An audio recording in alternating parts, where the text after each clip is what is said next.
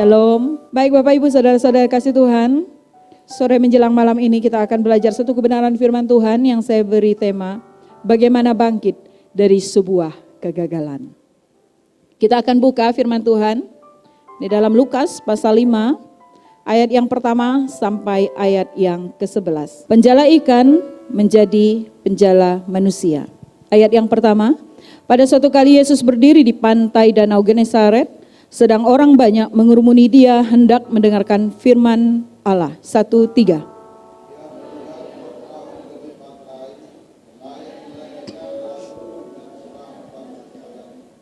Ia naik ke dalam salah satu perahu itu, yaitu perahu Simon, dan menyuruh dia supaya menolakkan perahunya sedikit jauh dari pantai. Lalu ia duduk dan mengajar orang banyak dari atas perahu.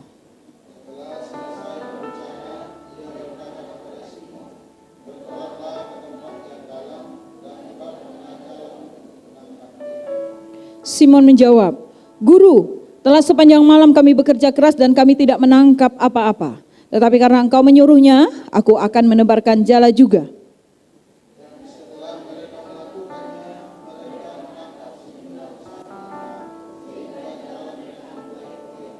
Lalu mereka memberi syarat kepada teman-temannya di perahu yang lain supaya mereka datang membantunya. Dan mereka itu datang, lalu mereka bersama-sama mengisi kedua perahu itu dengan ikan hingga hampir tenggelam.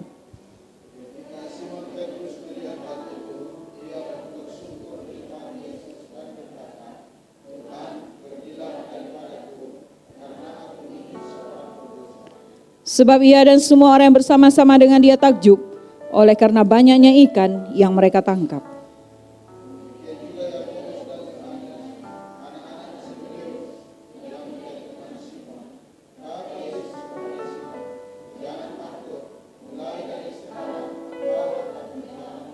Sama-sama. Dan sesudah mereka menghela perahu-perahunya ke darat, mereka pun meninggalkan segala sesuatu lalu mengikut Yesus. Bapak Ibu, saudara-saudari yang dikasihi Tuhan, cerita tentang Simon sebagai seorang penjala ikan ini sepertinya sudah tidak asing bagi kita. Bahkan di sekolah minggu pun cerita ini sudah sering disampaikan oleh guru-guru sekolah minggu. Namun malam hari ini saya mau mengajak kita sama-sama belajar. Bagaimana kita belajar dari peristiwa yang Simon alami, yang disebut Petrus. Dia dapat keluar dari persoalan, dari pergumulan, dari kegagalan yang terjadi di dalam kehidupannya.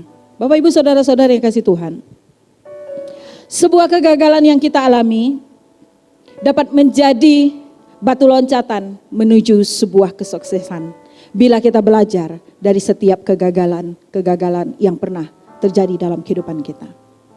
Seperti halnya yang terjadi dalam kehidupan Simon yang disebut Petrus ini. Di sini menggambarkan suatu peristiwa di mana ketika sepanjang malam Simon dan teman-temannya berusaha menjala ikan, tapi akhirnya mereka pulang dengan tidak membawa hasil apa-apa. Apakah Simon dan teman-temannya ini tidak cakap dalam mencari ikan? Saya yakin tidak. Kenapa demikian? Karena profesi Simon yang disebut Petrus ini adalah seorang nelayan. Bapak Ibu saudara-saudari yang dikasihi Tuhan, Simon seorang nelayan. Tentu dia menyiapkan segala sesuatu keperluannya dengan sangat baik sebelum dia pergi mencari ikan. Dia menyiapkan jala yang terbaik. Tentu semuanya sudah dipersiapkan. Tidak ada jala yang rusak, tidak ada jala yang koyak. Dia juga menyiapkan perahunya. Dia menyiapkan segala sesuatunya. Bahkan karena dia seorang nelayan, dia bisa memprediksi cuaca. Cuaca mana yang terbaik untuk mendapatkan tangkapan ikan yang lebih banyak. Kemudian dia juga tahu tempat-tempat di mana biasanya ikan itu ada. Artinya apa Bapak Ibu saudara-saudari? Simon ini sudah sangat berpengalaman di dalam pekerjaannya. Namun apa yang terjadi? Simon juga pernah mengalami kegagalan. Kalau kita baca tadi di dalam Lukas pasal 5 ayat 1 sampai ayat yang ke-11. Simon pulang tanpa membawa apa-apa. Bapak Ibu, saudara-saudari yang dikasihi Tuhan, malam hari ini kita mau belajar melalui pengalaman-pengalaman yang dialami oleh Simon. Ada banyak kali kita melakukan segala sesuatu yang kita anggap kita bisa mengerjakannya. Ada banyak kali kita menganggap bahwa kita sudah berpengalaman untuk melakukan segala sesuatu. Tapi pada akhirnya kita juga pernah mengalami kegagalan. Amin. Pernah mengalami kegagalan. Itu sebabnya malam hari ini kita mau belajar. Apa prinsip keberhasilan yang Yesus ajarkan kepada kita agar kita dapat bangkit dari kegagalan itu? Sehingga kita tidak mengulangi lagi kegagalan-kegagalan yang sama. Tapi melalui kegagalan-kegagalan itu kita dapat belajar dan kita bisa mengalami pengalaman-pengalaman yang indah bersama dengan Tuhan. Yang pertama, prinsip keberhasilan yang Yesus ajarkan kepada kita agar kita dapat bangkit dari kegagalan yaitu hadirkan hadirat Allah dalam hidup kita atau izinkan Allah hadir di dalam hidup kita. Saya akan bacakan kepada kita mulai dari ayat 1 sampai dengan ayat yang ketiga. Bapak Ibu Saudara-saudari boleh perhatikan Alkitabnya. Di sini firman Tuhan berkata, ayat yang pertama, pada suatu kali Yesus berdiri di pantai Danau Genesaret, sedang orang banyak mengerumuni dia hendak mendengarkan firman Allah. Ayat yang kedua, dia melihat dua perahu di tepi pantai. Nelayan-nelayannya telah turun dan sedang membasuh jalannya. Ia, yaitu Yesus, naik ke dalam salah satu perahu itu, yaitu perahu Simon, dan menyuruh dia supaya menolakkan perahunya sedikit jauh dari pantai. Lalu ia duduk dan mengajar orang banyak dari atas perahu. Jika Bapak Ibu Saudara-saudari perhatikan mulai dari ayat 1 sampai ayat 3.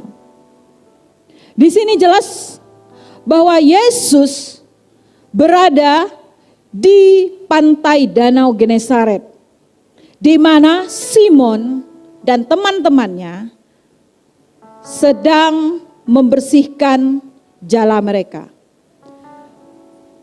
Simon dan teman-temannya pulang dari laut. Dan waktu itu mereka tidak mendapatkan hasil apapun. Ada dua perahu yang ada di dekat Yesus pada waktu itu. Dan Yesus memilih salah satu perahu yang ada di tempat itu, yaitu perahu Simon. Bapak Ibu Saudara-saudari yang dikasihi Tuhan, Allah punya rencana yang indah di dalam hidup kita. Itu pasti. Bahkan bukan hanya rencana, tapi Tuhan rindu memberkati kita. Amin. Tuhan sangat ingin memberkati kita. Dari mana kita tahu? Dari semua ayat firman Tuhan jelas menceritakan betapa kerinduan Tuhan besar untuk memberkati orang-orang yang percaya kepadanya. Tapi kita tidak perlu melihat ayat yang lebih panjang di tempat yang lain. Cukup ayat ini saja. Di sini dikatakan, pada suatu kali Yesus berdiri di pantai Danau Genesaret, sedang orang banyak mengurumuni dia hendak mendengarkan firman Allah. Ia melihat dua perahu di tepi pantai, nelayan-nelayannya telah turun dan sedang membasuh jalannya. Bapak Ibu Saudara-saudari yang dikasihi Tuhan, saya percaya Tuhan Yesus ada di pantai Danau Genesaret itu tidak secara kebetulan. Amin. Yesus tahu kebutuhan Simon, itu pasti. Kenapa? Karena Yesus mau memberkati Simon. Perhatikan ayat yang ketiga. Ia naik ke dalam salah satu perahu itu, yaitu perahu Simon. Kenapa Tuhan tidak pilih perahu yang lain? Pernahkah kita berpikir tentang ayat ini? Mengapa Tuhan pilih perahu Simon? Karena Tuhan punya tujuan dalam hidup Simon. Dia mau memberkati Simon. Itu sebabnya rahasia yang pertama atau prinsip keberhasilan yang Yesus ajarkan kepada kita agar kita dapat bangkit dari kegagalan. Izinkan Allah hadir di dalam kehidupan kita. Amin Bapak Ibu. Izinkan Yesus hadir di dalam hidup kita. Itu penting. Ketika saudara mengizinkan Yesus hadir di dalam hidup saudara, maka Tuhan akan mengerjakan hal-hal yang luar biasa bagi kita. Tuhan akan melakukan mujizat-mujizat yang dahsyat bagi kita. Bapak, Ibu, saudara-saudari yang dikasihi Tuhan, mengkhususkan hadirat Allah di dalam kehidupan kita itu sangat penting. Karena melalui kehadiran Tuhan di dalam hidup kita, Tuhan mau memberkati kita. Tuhan mau menyatakan kemuliaan dan kuasa-Nya kepada kita. Jadi Tuhan tidak sekedar mau datang di dalam hidup kita, tapi Dia mau mengerjakan hal-hal yang ajaib bagi kita. Itu sebabnya prinsip keberhasilan yang Yesus ajarkan kepada kita yang pertama, izinkan Allah hadir di dalam hidup kita. Bapak Ibu perhatikan, di ayat yang ketiga dikatakan, ia naik ke dalam salah satu perahu itu, yaitu perahu Simon, dan menyuruh dia supaya menolakkan perahunya sedikit jauh dari pantai, lalu ia duduk dan mengajar orang banyak di atas perahu. Yesus tidak sekedar hadir, Yesus tidak sekedar masuk ke dalam perahu Simon, tapi Dia punya tujuan. Apa tujuan Yesus? Memakai perahu Simon untuk mengajar orang banyak. Bapak, Ibu, saudara-saudari yang dikasihi Tuhan, apakah Yesus tidak bisa mengajar di daratan? Karena orang banyak yang datang mengerumuni Yesus itu ada di daratan. Tapi Yesus punya banyak cara. Sehingga Dia memilih perahu Simon. Dan Dia menggunakan perahu itu, Dia naik ke atas perahu itu untuk mengajar di dalam perahu. Perhatikan sikap Simon yang istimewa di mata Tuhan. Simon bersedia mengizinkan Tuhan masuk di dalam perahunya. Simon bersedia mengizinkan Tuhan masuk ke dalam perahunya. Bapak, Ibu, saudara-saudari yang dikasihi Tuhan, waktu Yesus meminjam perahu Simon, Simon itu pulang dalam kondisi tidak membawa hasil tangkapan apa-apa. Artinya apa? Sebenarnya pada waktu itu Simon sedang gundah gulana. Kenapa? Dia tidak mendapatkan hasil, dia tidak mendapatkan ikan. Dia adalah seorang nelayan. Ikan adalah sumber pendapatan bagi Simon. Tapi waktu itu dia pulang tanpa hasil apa-apa. Dan setelah pulang, yang menarik di sini, mereka membersihkan jala, Yesus datang dan mau meminjam perahunya Simon. Perhatikan sikap Simon yang luar biasa. Simon rela meminjamkan perahunya untuk dipakai oleh Tuhan. Simon mau Tuhan menggunakan perahunya dipakai untuk mengajar orang banyak.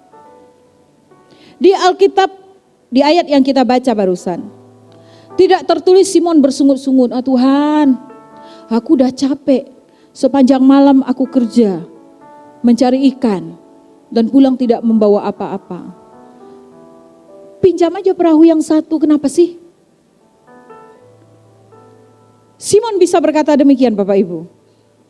Tapi yang kita baca tadi, tidak ada bantahan dari Simon kepada Tuhan ketika Tuhan meminjam perahunya. Bapak, Ibu, saudara-saudari yang dikasihi Tuhan, ketika Tuhan meminjam perahu Simon dan Tuhan menyuruh Simon untuk bertolak agak sedikit jauh dari pantai, saya juga percaya Simon ada di dalam perahu itu. Amin. Amin. Tidak mungkin Tuhan pinjam perahu Simon, Tuhan suruh Simon bertolak agak sedikit jauh dari pantai, lalu Simon dorong perahu dan biarin Yesus di situ. Secara logika itu tidak mungkin. Simon juga ada bersama dengan Tuhan Yesus di perahu itu. Dan saya percaya Simon juga tidak tidur-tiduran menunggu Yesus mengajar orang banyak. Tapi Simon mendengar kabar baik yang Tuhan sampaikan kepada orang banyak. Mendengar firman Tuhan. Mendengar apa yang diajarkan Tuhan Yesus kepada orang banyak. Bapak Ibu saudara-saudari yang dikasihi Tuhan. Firman Tuhan di dalam Roma pasal 10 ayat 17 berkata demikian. Jadi iman timbul dari pendengaran dan pendengaran oleh firman Kristus. Saya percaya ketika Simon ada di dalam perahu dan mendengar Yesus mengajar orang banyak, imannya timbul. Amin. Iman Simon timbul. Karena apa? Karena dia mendengarkan firman Kristus yang hidup. Firman yang memberikan dia pengharapan. Firman yang memberikan dia kekuatan. Itu sebabnya imannya bangkit. Di tengah-tengah pergumulan, di tengah-tengah masalah, di tengah-tengah kegagalan yang dia alami pada saat itu, dia dikuatkan oleh firman Tuhan. Itu dimulai dari mana? Dimulai ketika Simon mengizinkan Allah masuk ke dalam perahunya.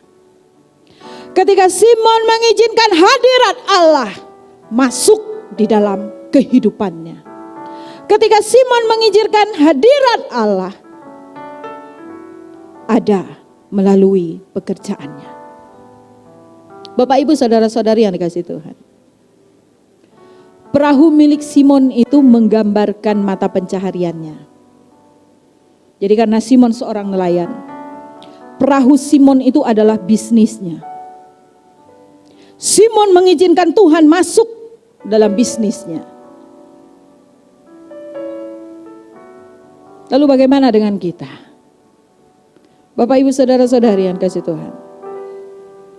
Bila saudara seorang pedagang,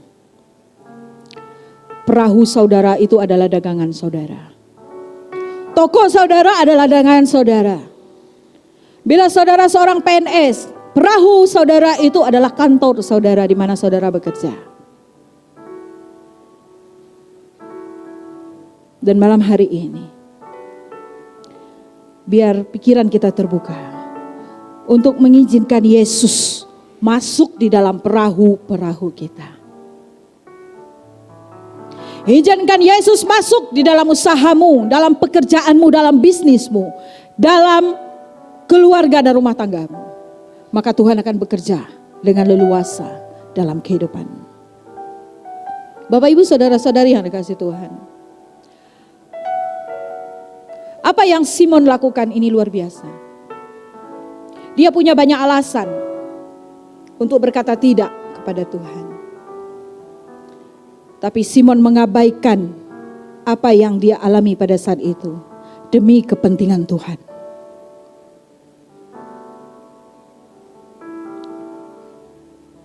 Dia sadari dia capek, dia lelah. Dia sadari pada saat itu mungkin dia kecewa karena tidak mendapatkan tangkapan apa-apa. Tidak mendapatkan hasil apa-apa. Tapi perhatikan, Simon memprioritaskan Tuhan di atas segala-gala dalam hidupnya. Bahkan di tengah-tengah kegagalan yang dia alami, dia mau mengutamakan Tuhan di atas segala-galanya. Bapak Ibu saudara-saudari yang kasih Tuhan. Bersediakah kita menyerahkan hidup kita kepada Tuhan dan mengizinkan dia masuk di dalam hidup kita. Dan memprioritaskan kepentingan-kepentingan Tuhan di dalam kehidupan kita hari-hari ini. Bapak Ibu, sebenarnya hal ini tidak sulit untuk kita praktekkan dalam hidup kita. Asalkan kita mau. Kita bersedia. Dan kita mengizinkan Allah bekerja melalui kehidupan kita. Saya percaya di tempat ini kita semua mau diberkati oleh Tuhan. Amin. Amin. Kalau kita bertemu, kita berbicara, kita berbincang-bincang. Intinya di dalam hidup kita. Semua kita, saya dan saudara ingin diberkati oleh Tuhan. Amin. Semua ingin diberkati oleh Tuhan. Namun saya mau katakan, kalau kita ingin diberkati oleh Tuhan, izinkanlah Tuhan masuk di dalam setiap lini kehidupan kita. Izinkan. Jangan kita melakukan segala sesuatu atas kehendak kita. Yang terjadi selama ini apa? Kita ingin Tuhan memberkati kita, tapi kita mengerjakan apa yang menjadi kemauan kita, bukan kemauan Tuhan. Tapi kita mengharapkan berkat yang besar daripada Tuhan. Sehingga apa yang terjadi? Mungkin apa yang kita kerjakan itu berhasil. Tapi akhir-akhirnya semuanya menguap begitu saja. Beda ketika kita melibatkan Tuhan di dalam setiap aspek kehidupan kita. Allah akan melakukan hal-hal yang luar biasa bagi kita. Seperti apa yang Tuhan kerjakan di dalam kehidupan Simon. Bapak Ibu saudara-saudari yang kasih Tuhan. Perlu kita ketahui bahwa Allah akan memberkati apapun yang kita serahkan kepada Tuhan. Kalau engkau menyerahkan sepenuhnya hidupmu, pekerjaanmu, usahamu, rumah tanggamu kepada Tuhan, Allah juga akan memberkati semuanya untuk kita. Tapi sebaliknya, kalau kita hanya menyerahkan sebagian, bahkan ada yang tidak sama sekali, jangan berharap banyak. Allah mengerjakan hal-hal yang luar biasa dalam hidup kita. Kita belajar dari Simon. Simon menjadikan Yesus sebagai mitra menjalannya, sehingga dia memperoleh hasil yang berlipat-lipat kali ganda. Simon melibatkan Tuhan di dalam kehidupannya, sehingga dia melihat mujizat-mujizat Allah bekerja dalam hidupnya. Saya percaya ketika Simon mengizinkan Yesus masuk ke dalam perahunya, mengajar orang banyak, Simon tidak pernah berpikir sebelumnya bahwa Allah akan memberkati dia dengan luar biasa. Saya yakin, mungkin yang Simon pikirkan, ya udah, guru mau pakai perahu saya, udah saya pakai aja. Temani guru, duduk, mendengar firman yang diajarkan oleh Tuhan Yesus. Setelah itu selesai, pulang. Kenapa? Karena hari sudah terang, kata Alkitab. Hari sudah terang. Dan mereka sudah pulang dari menjala ikan. Jala-jala mereka semuanya sudah dicuci bersih. Mereka sudah tidak berpikir untuk mencari ikan lagi. Karena sepanjang malam mereka sudah tidak mendapatkan hasil apa-apa. Dan tujuan mereka sebenarnya pulang istirahat. Mungkin besok akan melanjutkan pekerjaan mereka lagi. Tapi perhatikan. Ketika Simon mengizinkan Tuhan masuk ke dalam perahunya, Tuhan juga mengerjakan bagiannya. Bapak Ibu saudara-saudara yang kasih Tuhan. Ketika kita mengizinkan Allah masuk di dalam setiap kehidupan kita, Yesus tidak pernah berhutang kepada kita. Amin. Simon mengizinkan Yesus memakai perahunya untuk mengajar orang banyak. Dan Yesus tidak akan pernah berhutang kepada orang yang mau dipakai sebagai alat kerajaannya. Amin. Kita mau menjadi alat kerajaan Tuhan. Amin. Undanglah Yesus. Izinkan dia hadir dalam hidup kita. Maka janji Tuhan, dia tidak akan pernah berhutang kepada kita. Simon beri perahu untuk Yesus mengajar, Yesus membalaskannya dengan memberikan ikan untuk memenuhi kebutuhan mereka. Bapak Ibu saudara-saudara yang kasih Tuhan, Matius pasal 6 ayat 33 berkata demikian, carilah dahulu kerajaan Allah dan kebenarannya, maka semuanya akan ditambahkan kepadamu. Bapak Ibu saudara-saudari yang dikasih Tuhan, perhatikan, cari dahulu kerajaan Allah dan kebenarannya. Apa yang terutama dalam hidup kita? Cari kerajaan Allah dan kebenarannya. Perhatikan ayat yang B, dikatakan, maka semuanya itu akan ditambahkan kepadamu. Jadi kalau kita melakukan hal-hal bagi kerajaan Allah, Allah tidak pernah berhutang kepada kita. Dia akan menambahkan kepada kita hal-hal yang luar biasa, apa yang kita butuhkan di dalam kehidupan kita. Jangan merasa rugi ketika kita bekerja bagi kerajaan Allah. Jangan merasa rugi kalau kita memberikan waktu-waktu kita di dalam pertemuan-pertemuan ibadah kita. Jangan merasa rugi ketika kita memperhatikan firman Tuhan untuk memperhatikan orang-orang yang lemah. Karena Allah tidak pernah berhutang kepada kita. Dia akan menambahkan kepada kita.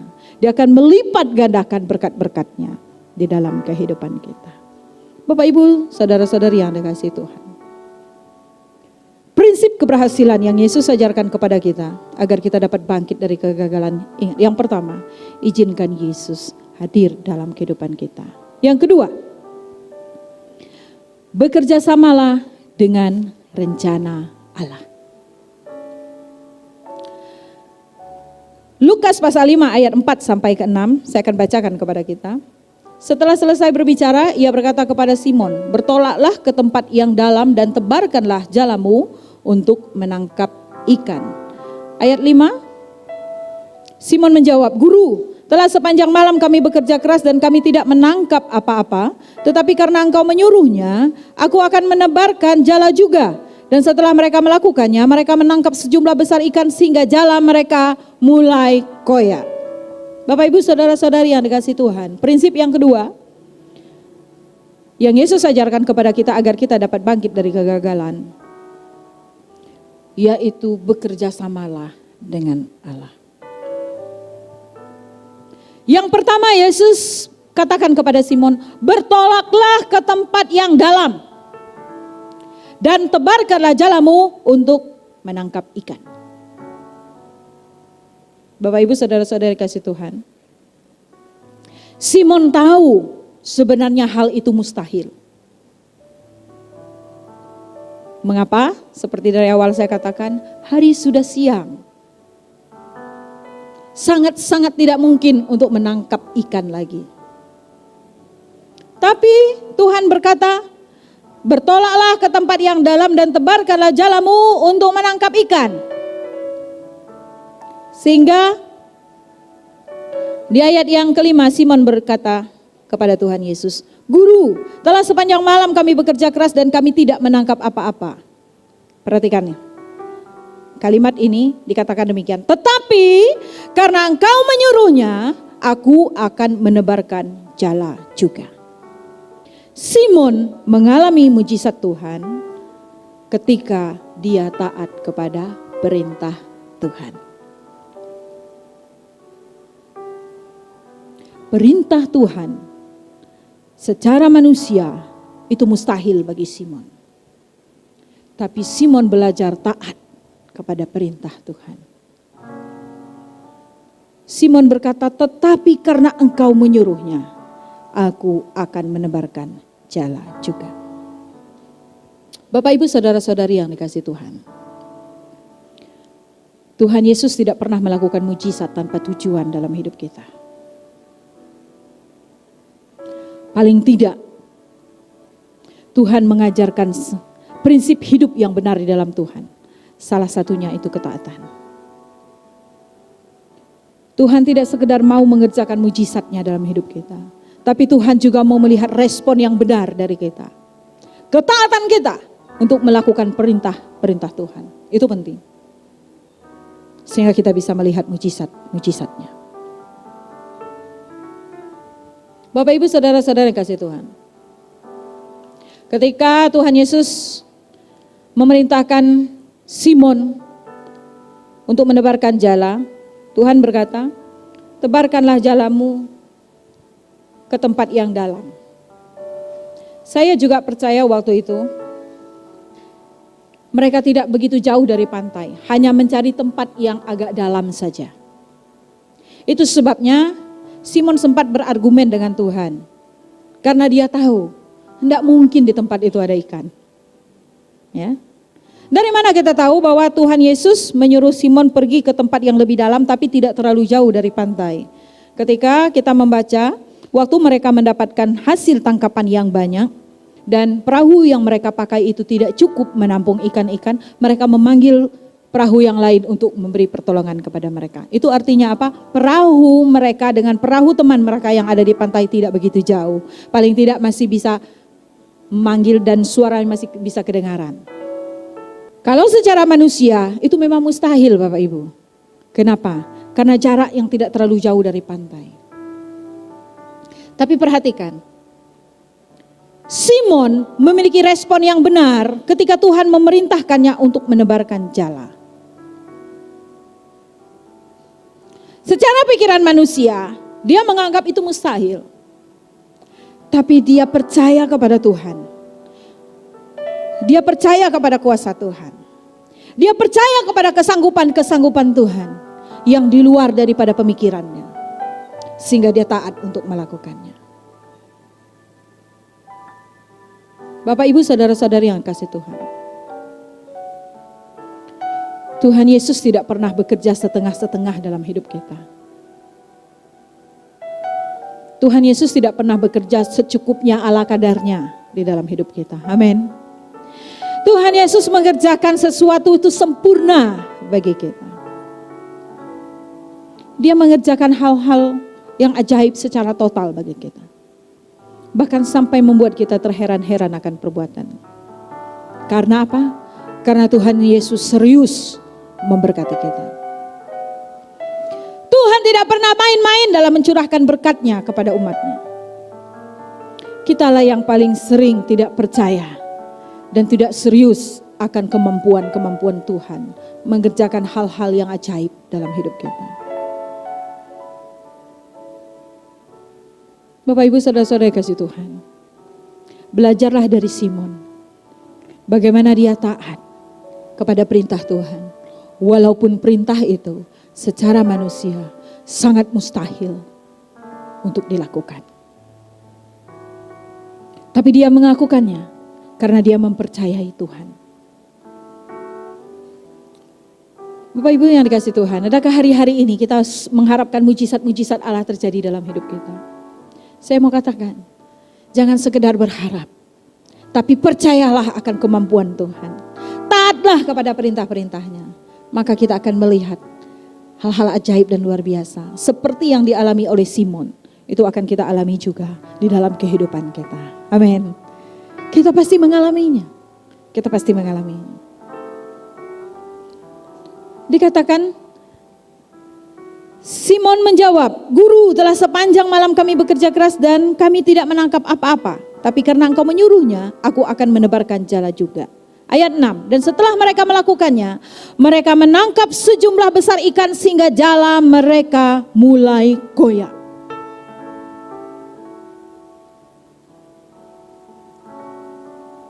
Ada berkat di balik ketaatan. Amin. Selalu ada berkat di balik ketaatan kepada Tuhan. Apakah Simon pernah membayangkan jalannya itu sampai penuh dan hampir koyak? Pasti tidak. Tapi itu yang terjadi ketika Simon taat kepada Tuhan. Dia memperoleh lebih daripada cukup. Lebih daripada apa yang dia perlukan. Bahkan saya pikir lebih daripada yang pernah dia dapatkan sebelumnya. Bapak Ibu yang dikasih Tuhan, kalau engkau hari-hari ini mengharapkan sesuatu yang lebih kau terima dari Tuhan, mulailah taat kepada perintah Tuhan. Walaupun mungkin itu mustahil bagimu, walaupun mungkin itu tidak masuk akal bagimu, kerjakanlah bagian kita. Maka Allah akan mengerjakan bagiannya secara ajaib bagi kita. Amin. Haleluya. Bapak Ibu yang ketiga, prinsip keberhasilan yang Yesus ajarkan kepada kita agar kita dapat bangkit dari kegagalan, yaitu harapkan Allah untuk bertindak di dalam kehidupan kita. Sekali lagi di ayat 5, Simon menjawab, "Guru, telah sepanjang malam kami bekerja keras dan kami tidak menangkap apa-apa. Tapi karena Engkau menyuruhnya, aku akan menebarkan jala juga." Dalam Penjalaan yang kedua, Simon dan teman-temannya bertindak berdasarkan perintah Tuhan. Tuhan menyuruh mereka menebarkan jala di tempat yang lebih dalam. Dan akhirnya mereka mendapatkan hasil tangkapan yang luar biasa.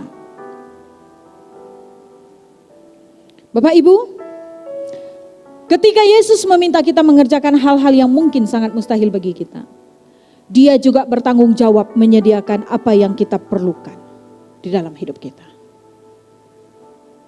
Ingat itu. Jadi ketika hal-hal yang mustahil Allah suruh kita kerjakan dalam hidup kita, Tuhan itu bertanggung jawab menyediakan juga apa yang kita perlukan di dalam hidup kita. Jadi untuk bangkit dari kegagalan kita perlu iman bahwa Tuhan sanggup bertindak di dalam kehidupan kita. Kita perlu kalahkan keraguan kita, ketidakpercayaan kita, ketakutan kita. Dan mulai mempercayai kesanggupan-kesanggupan Tuhan untuk memelihara kehidupan kita. Simon mempercayai Tuhan di tengah situasi yang sangat tidak mungkin.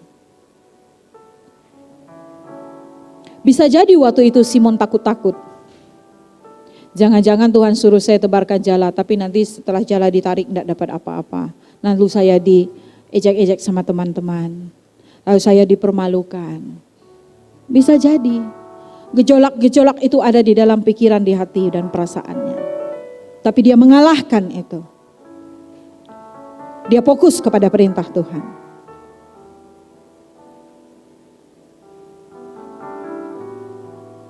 Sehingga dia memperoleh hasil yang luar biasa bersama dengan Tuhan. Kita perhatikan ayat yang ke-7. Lalu mereka memberi syarat kepada teman-temannya di perahu yang lain, supaya mereka datang membantunya. Dan mereka itu datang, lalu mereka bersama-sama mengisi kedua perahu itu dengan ikan hingga hampir tenggelam. Bapak Ibu, apa arti ayat ini? Artinya ketika Yesus memberkati kita, Dia juga ingin kita menjadi saluran berkat-Nya bagi orang lain juga. Amin. Ketika Tuhan memberkati kita, Tuhan juga mau pakai kita untuk menjadi saluran berkat-Nya bagi orang-orang yang membutuhkan. Amin. Amin. Amin Bapak Ibu. Supaya apa? Firman Tuhan berkata supaya kita tidak tenggelam. Dan Simon tahu itu. Ketika mereka mendapatkan ikan atau tangkapan yang banyak sekali. Dikatakan jala mereka hampir koyak. Perahu mereka sudah penuh. Simon tidak serakah. Dia tidak ambil ikan itu dan masukkan semua ke perahu. Kenapa? Kalau itu dilakukan Simon, maka perahu itu pasti karam. Dan ketika perahu itu karam, hasil tangkapan itu semua akan hilang lenyap. Apa yang Simon lakukan? Simon memanggil perahu yang lain. Mengajak mereka untuk mengambil ikan. Mengisi perahu yang lain dengan ikan. Sehingga kedua perahu itu sama-sama penuh. Dan mereka bisa pulang ke pantai dan tidak tenggelam. Bapak Ibu saudara-saudara yang dikasihi Tuhan. Ketika Allah memberkati kita. Jangan serakah dengan berkat-berkat yang kita terima. Tuhan mau pakai kita juga melalui berkat-berkat yang Dia sediakan untuk menjadi saluran berkat bagi orang lain juga. Kenapa? Biar kita tidak tenggelam dengan kemewahan duniawi, dengan harta benda duniawi yang sifatnya hanya sementara saja. Bapak Ibu saudara-saudara yang kasih Tuhan, ini sungguh luar biasa. Firman Tuhan sungguh luar biasa bagi kita. Tuhan mengajarkan kepada kita banyak hal. Dan Tuhan memanggil kita di muka bumi ini untuk mengerjakan pekerjaan-pekerjaannya. Untuk menjadi saluran-saluran berkat-Nya. Saya bersyukur jika jemaat GBI Putus Sibau sudah melakukan firman Tuhan ini. Dan saya percaya Tuhan akan memberkati kita dengan berlipat-lipat kali ganda lagi. Amin. Amin. Bapak Ibu saudara-saudara kasih Tuhan. Kita lanjut di ayat yang ke-8. Ketika Simon Petrus melihat hal itu, dia pun tersungkur di depan Yesus dan berkata, Tuhan, pergilah daripadaku, karena aku ini seorang berdosa. Bapak Ibu saudara-saudara kasih Tuhan. Seberapapun berkat yang kita terima daripada Tuhan, hendaklah kita tidak sombong. Sikap Simon yang tersungkur di depan Yesus dan mengakui segala dosa dan kelemahannya, itu adalah sikap seorang yang rendah hati di hadapan Tuhan. Ketika dia menerima berkat yang besar daripada Tuhan, dia tidak sombong, tapi dia merendahkan diri di hadapan Tuhan dan mengakui bahwa semua karena anugerahnya. Semua karena anugerahnya. Bapak Ibu saudara-saudari kasih Tuhan, peristiwa ini menjadi titik balik dalam hidup Simon dan semua teman-teman yang bersama dengan dia untuk menjadi pengikut-pengikut Yesus. Dan di tempat inilah akhirnya Yesus memilih murid-muridnya. Kenapa? Karena di ayat yang ke-9, perhatikan, sebab ia dan semua orang yang bersama-sama dengan dia takjub oleh karena banyaknya ikan yang mereka tangkap. Demikian juga Yakobus dan Yohanes anak-anak Zebedeus yang menjadi teman Simon. Kata Yesus kepada Simon, jangan takut, mulai dari sekarang engkau akan menjala manusia. Ayat yang ke-11, dan sesudah mereka menghela perahu-perahunya ke darat, mereka pun meninggalkan segala sesuatu lalu mengikut Yesus. Bapak Ibu, Simon mengambil keputusan untuk mengikut Yesus. Dan Yesus memakai Simon menjadi penjala manusia. Bapak Ibu yang dikasihi Tuhan, ketika Tuhan memberkati kita, Tuhan juga rindu kita menjadi saluran berkat-Nya. Kita menceritakan dan menyaksikan kebaikan-kebaikan Tuhan kepada banyak orang. Sehingga kita boleh membawa orang datang kepada Tuhan. Kita boleh membawa orang mengalami pengalaman-pengalaman yang indah bersama dengan Tuhan. Itu yang menjadi kerinduan Tuhan bagi hidup kita. Ayat yang ke-11 dikatakan, sesudah mereka menghela perahu-perahunya ke darat, mereka pun meninggalkan segala sesuatu lalu mengikut Yesus. Artinya apa? Artinya mereka tidak fokus lagi dengan apa yang mereka ingin kejar dalam hidup mereka. Mereka tidak fokus lagi dengan ikan yang banyak hasil tangkapan mereka. Tapi mereka fokus kepada Tuhan, sumber berkat dalam hidup mereka. Bapak Ibu saudara-saudara kasih Tuhan, seberapapun berkat yang kita miliki, biarlah kita fokus kepada Tuhan yang menjadi sumber berkat dalam hidup kita. Sehingga hati kita tidak tercemar oleh segala apa yang ada di dunia ini. Karena semuanya itu akan kita tinggalkan. Dan yang terpenting di dalam hidup kita adalah kita akan kembali kepada Bapa di sorga. Dan kita akan mengalami keindahan-keindahan yang Tuhan janjikan. Hidup bersama dengan Dia. Amin Bapak Ibu. Saya percaya ketika kita mempraktekkan ketiga hal ini, yang mungkin sangat-sangat sederhana sekali. Tapi ketika kita benar-benar melakukannya, kita pasti mengalami mujizat yang daripada Tuhan sendiri. Haleluya, haleluya.